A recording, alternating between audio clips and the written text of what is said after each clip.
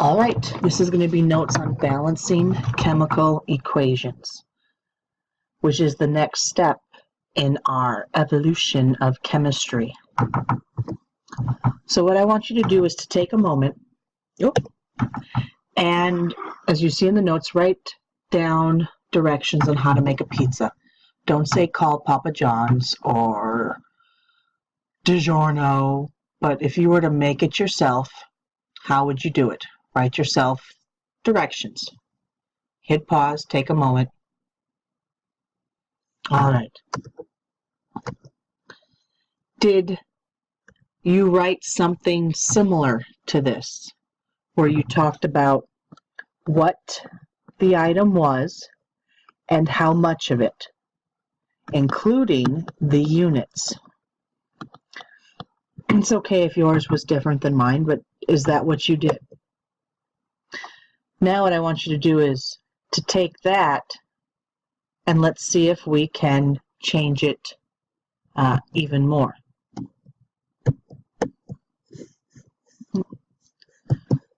So if this were, if I took your, maybe you wrote it as a paragraph and tried to abbreviate it some more into kind of a math problem, I could come up with something like this. You don't need to write this down, just take a look at it.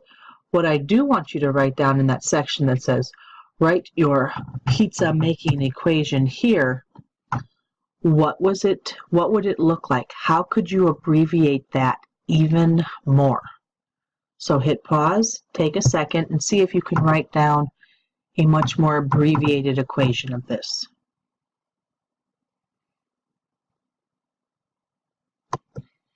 So maybe, you know, you wrote 12 ounces of dough. Mushrooms is a lot to write, but if you write mush, you know what that means to you. Pepperoni, again, is a big word. Maybe you don't even know how to spell it, so you abbreviated that. You got some cheese, maybe couldn't think of a way to abbreviate that. Got tomato sauce. You could put on there, hey, we're going to change the temperature.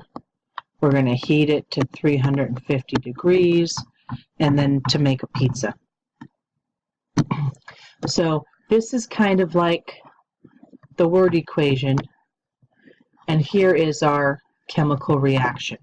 It's a shorter way. We abbreviate stuff just like how we write carbon instead of carbon. That didn't sound right. We write C instead of carbon, or we write Be instead of beryllium. That's what this is all about here. So all those abbreviations you've been learning, now it's going to be coming time to use them.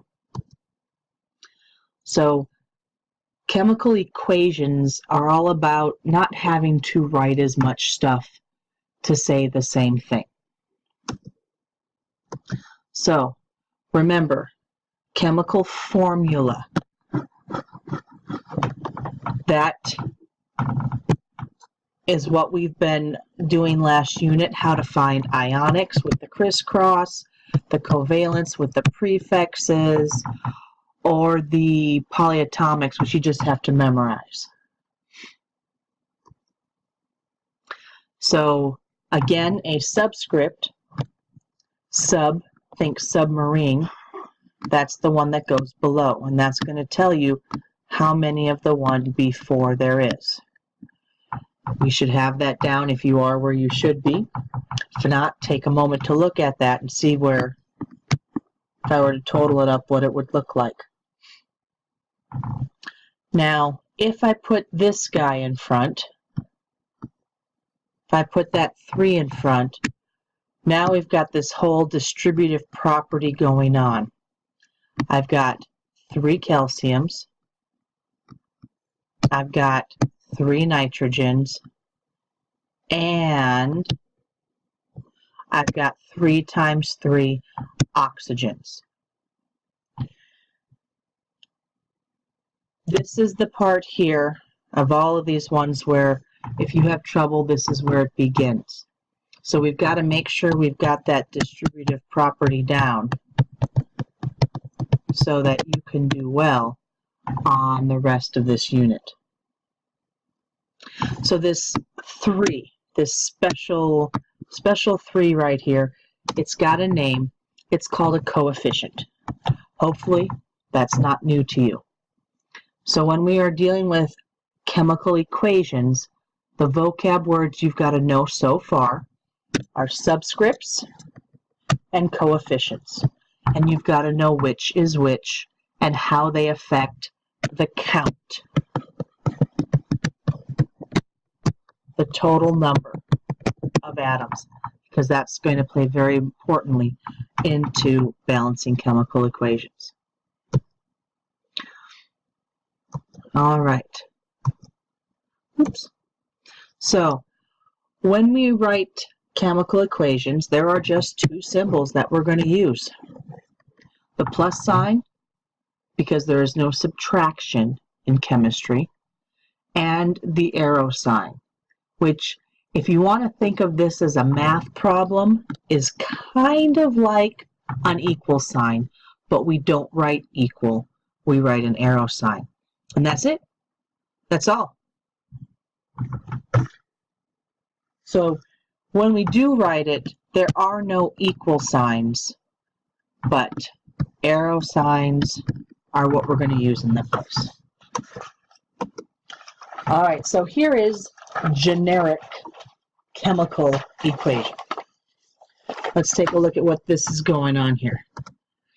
We've got that plus sign. That's going to separate the molecules on the same side. It means add.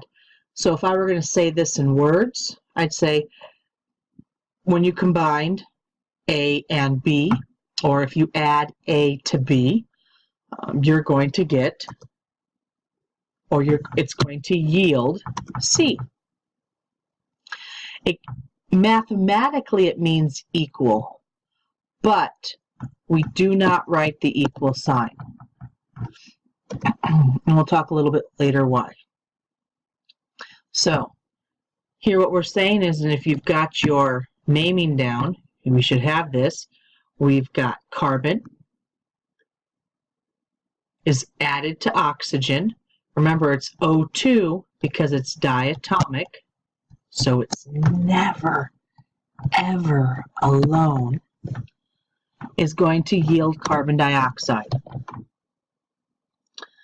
So you could say when you add carbon to oxygen or carbon plus oxygen, either one is fine. It's going to react to yield carbon dioxide. And as you can see, this right here is a lot to write, which is why we, the lazy scientists, go for this one, because it says the same thing if you can speak the language. All right, so let's talk about some vocabulary, some more. We've got our chemical reaction right here. Reactants. Oops, I'm sorry.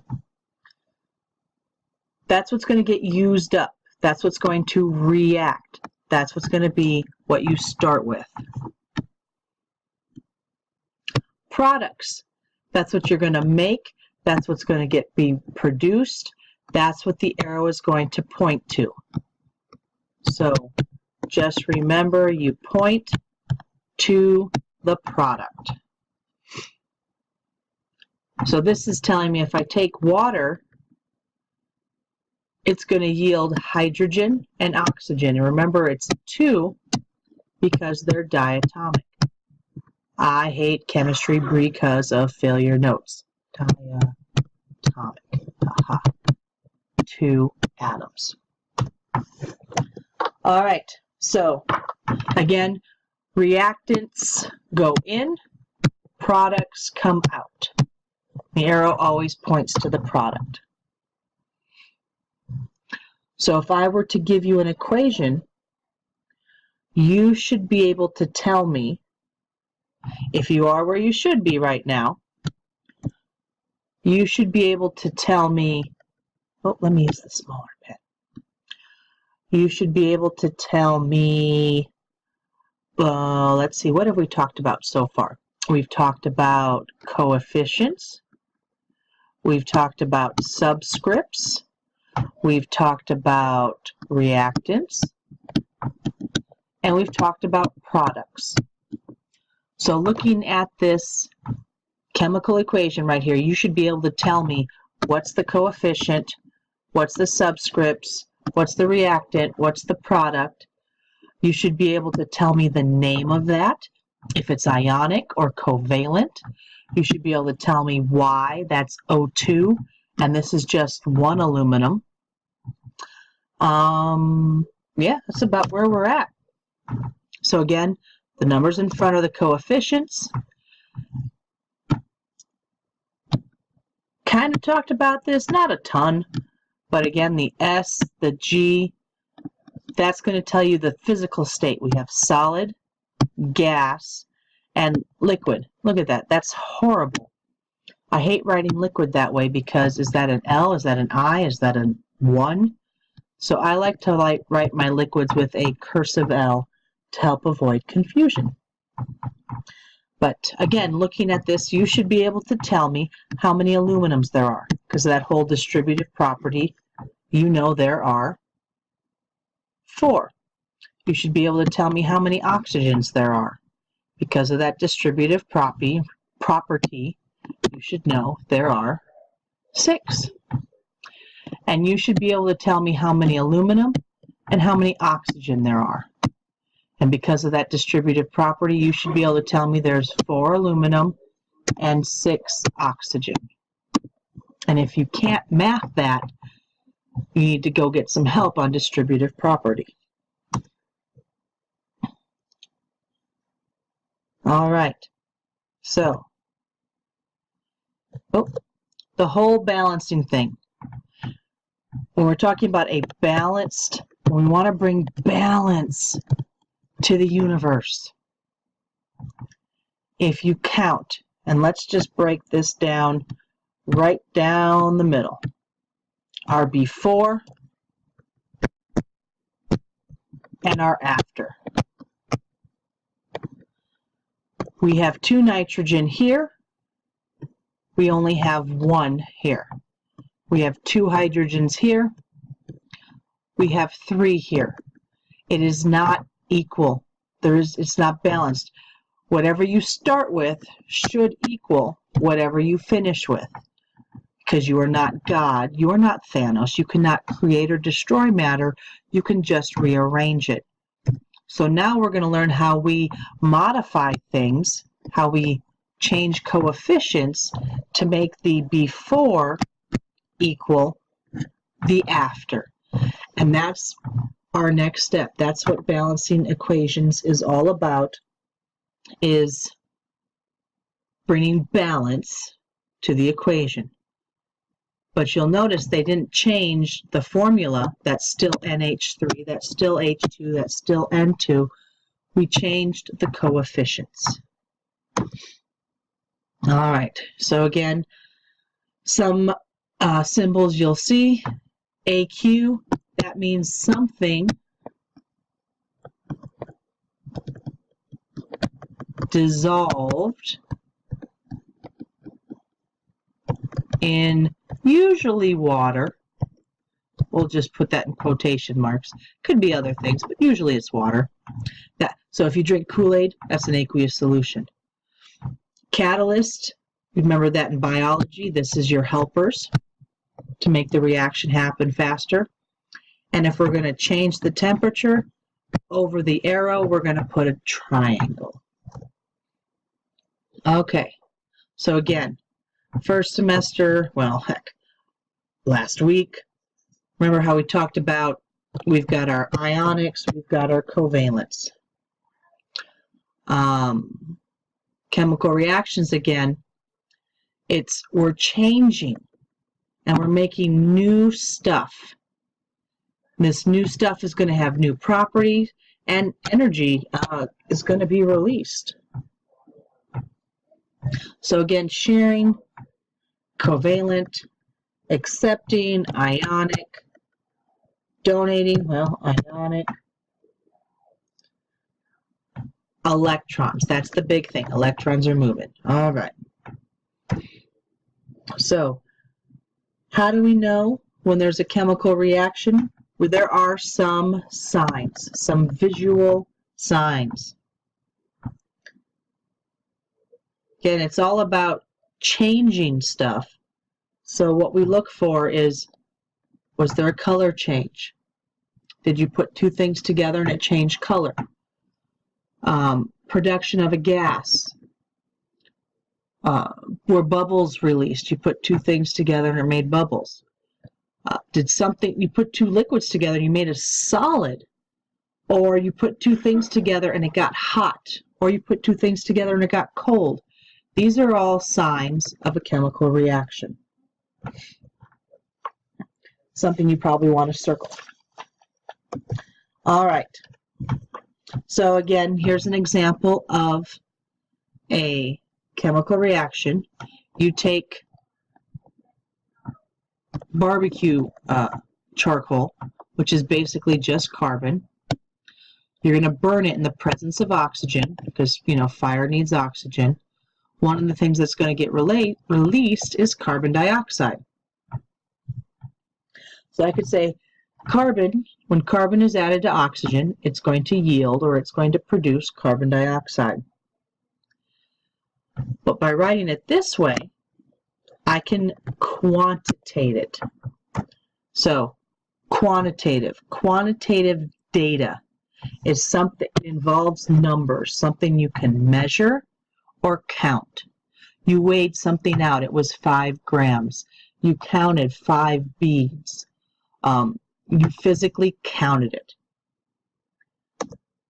Versus qualitative data was just something something you can't measure with a ruler or a scale or a thermometer, but you saw it. Oh, it made bubbles. That's qualitative. Oh, it smells. That's qualitative. Oh, it turned pink. That's qualitative. Nothing you can measure, but something you can observe. So the signs of a chemical reaction, again, some are quantitative, some are qualitative. And those are just two words you want to get down because those are the types of data we're going to be collecting from here on out. Quantitative versus qualitative. All right.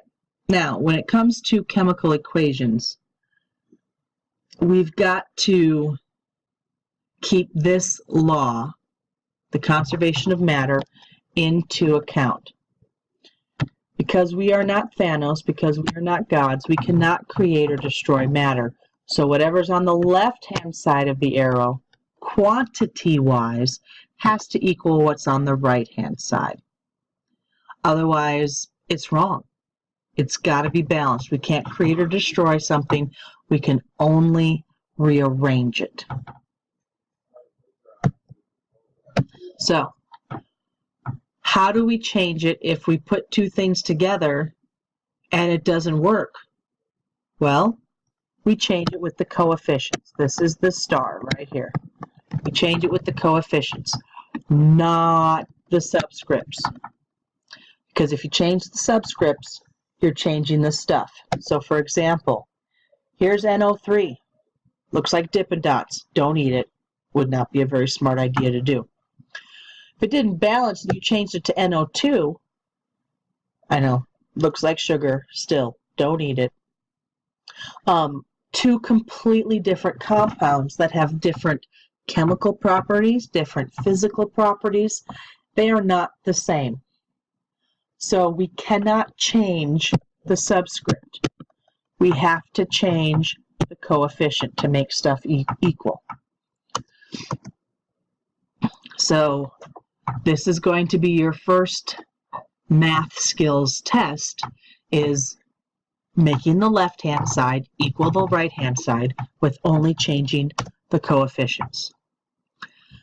So again, you want to make sure you know subscripts, subscript, subscript. You cannot change those. They are set in stone. The coefficient in front, that is what you can change. Because this is all stuck together, you cannot change the formula. You can only change how many of them you have.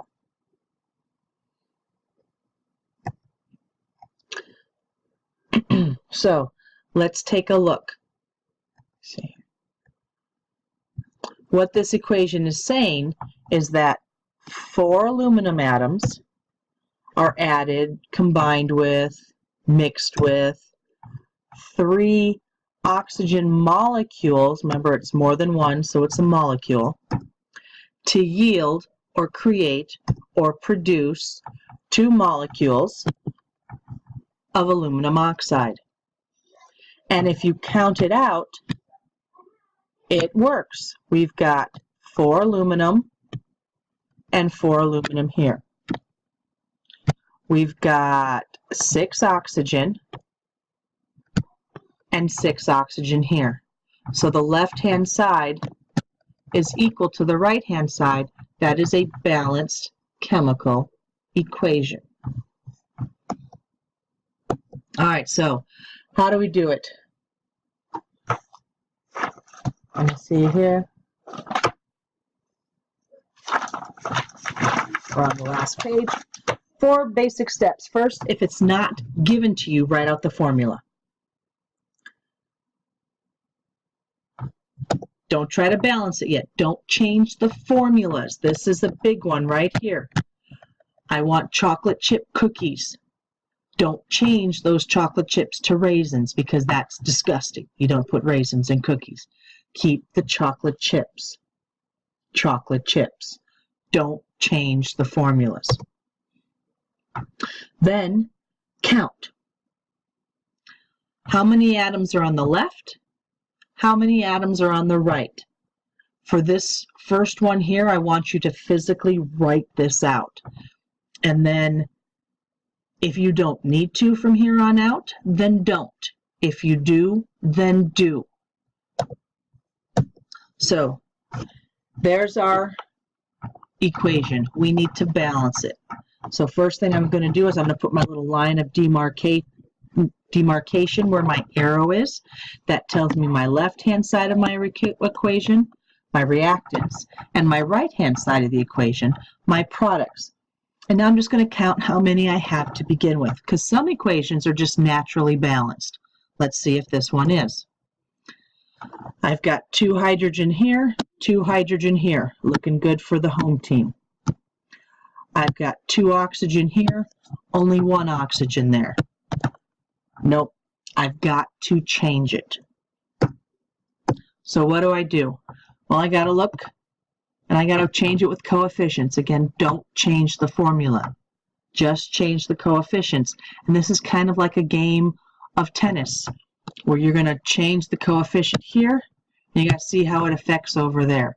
And then you might have to change the coefficient here to see how it affects over there. And then you just keep going back and forth. I would definitely do this in pencil, because you might have to change it a couple of times. Then once you've played with the coefficients, check it. Do yourself a favor and double check your math.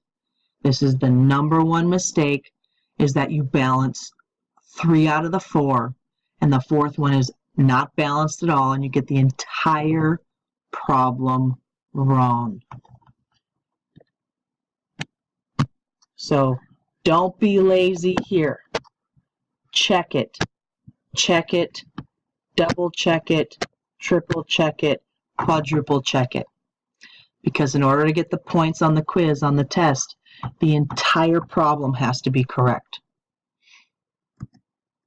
All right, so where are you going to put a coefficient? Try it out. This is what we call in math a plug and chug. So let's take a look here. Okay, check, check, check, check. Okay, I've got 2 here, only 1 here. So I'm going to put a 2 there. That's going to change my oxygens to 2. But, yay, distributive property, it also changes my hydrogens to 4. So my oxygens check out, but now my hydrogens are wrong.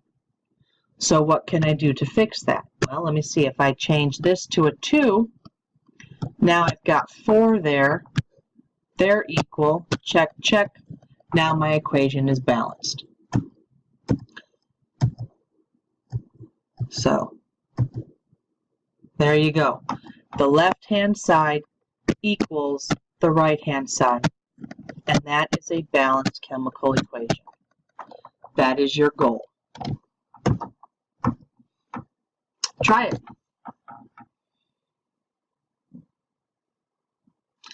Where do you start? Which element do you pick? It doesn't matter in the long run. Just plug and chug, as we say. The only thing is, no fractions. Well, you can if you want, but don't do fractions. That's AP Chem. That's where you learn the fractions, but keep those out of here. All right, my aluminums are off, so let me stick a 2 there. Is that what you did? Okay, now my aluminums are checked. Let's see, 2, 6, so I'll stick a 3 there. 6, 6, all right. Everything's checked and balanced. That's it. You just got to practice plugging and chugging. Now, I didn't need to put anything here. I could write a 1, but just like math, if it's a 1, we just don't write anything. All right, try it again. Check your hydrogens. They look good. Oxygens are out, so I'm going to add a 2 here. That gives me 2. There, done.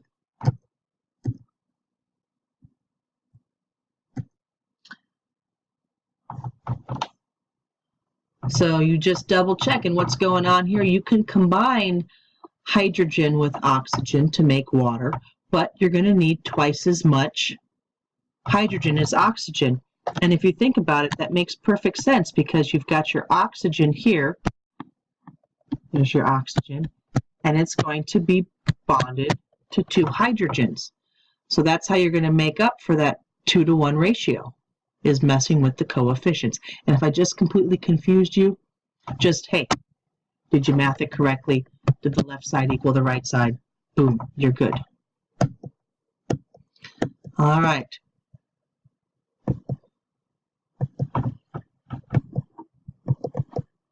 Take a second and see if you got it. You don't have to write anything down. Just see which one is correct.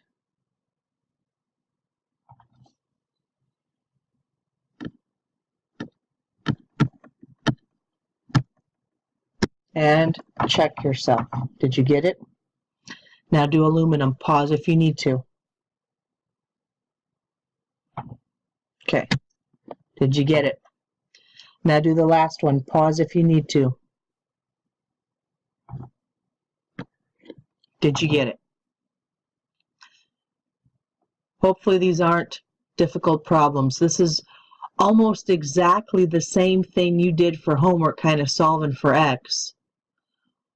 Only we don't have X, Y, and Z here. We have carbon. We have iron 3 oxide, carbon dioxide. Just using the names instead of elements. I mean, instead of X, Y, and Z. All right. So here are some tips and tricks that work most of the time to help you balance an equation. Again, first, don't change the subscripts. Only change the coefficients.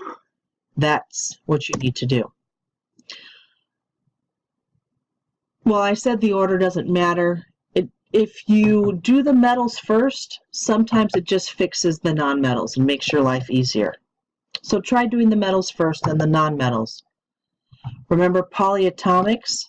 They are package deals. Try and keep them together. Sometimes they're going to break apart because of the type of reaction. But if it's the same thing on the left and on the right, balance it as the polyatomic, not the individual elements. If you see water, you might want to rewrite it as HOH. We haven't talked about the types of chemical reactions yet, but that might be helpful later. Again, it's the same thing, just written differently. And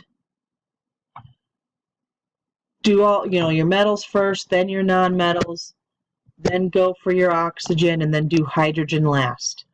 Unless it's a combustion reaction, which we haven't learned about yet, but I want this just sticking in the back of your head.